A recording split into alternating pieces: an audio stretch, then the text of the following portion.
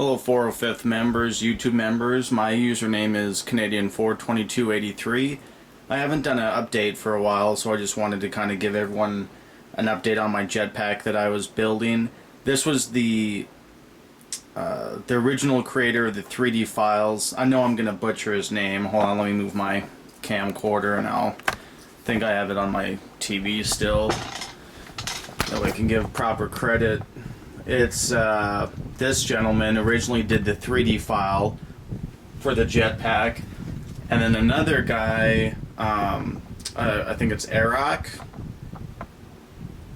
did the Pepakura file for the Halo Reach Jetpack. So I just want to make sure they get credit before I show you guys my progress on it. Sorry, a little shaky. So I pretty much pepped all the pieces except for the actual arm braces that hold the actual, I guess, jets and the shielding to it. This pep file was really hard to build, but it's pretty fun. It's a lot of detail on it. The bottom piece here was the pep file. These parts were separate. These guys attached to the sides.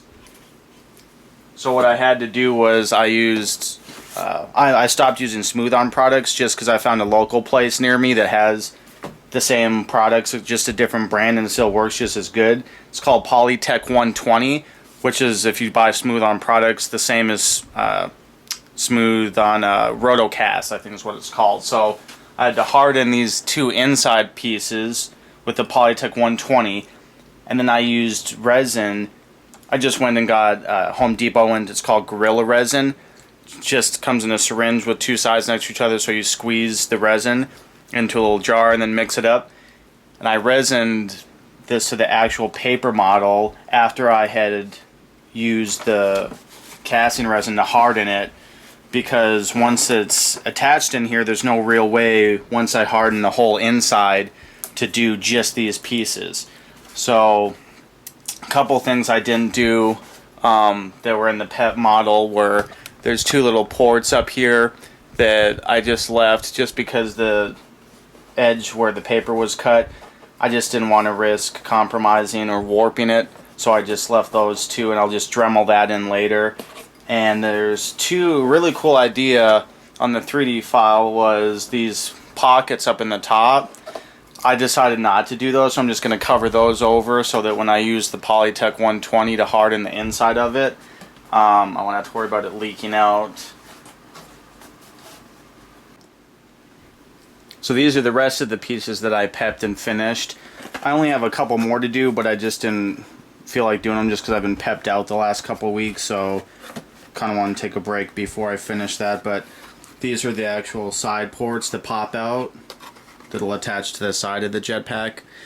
And then the actual rockets, I liked how they did this, because after I harden this and bondo it and make a mold out of it, I can actually attach the LED lights inside of it, and then I can attach it to the actual shielding. So I love how every piece is individual based. The only thing that's going to be hard to do is these pieces that attach to the sides of the jetpack. That's going to be hard to reinforce the inside of it, but I'll figure something out for that. These guys are the pieces that actually attach to the bottom of the jetpack and the top. I think this one's the top. Yeah, here's the bottom one. These guys are supposed to fit nice and snug in there. They don't fit inside. I think that's because what I do is I print the pattern out on paper, then I cut it out, and then I glue that on top of poster board, just so that it's a lot more sturdy when I reinforce the inside, so this doesn't slide into the slot. But I'll figure something out. I'll probably just cut it off and then resin it in after I bondo it and mold it. And then these guys are just the flaps that go. I don't want to flip it around because it's really heavy down here, but these are the flaps that'll kind of lift up.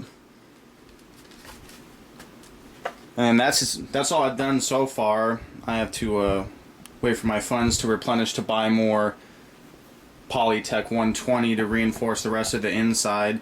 But I just want to give everybody an update on what I was doing with the jetpack, and have a good one.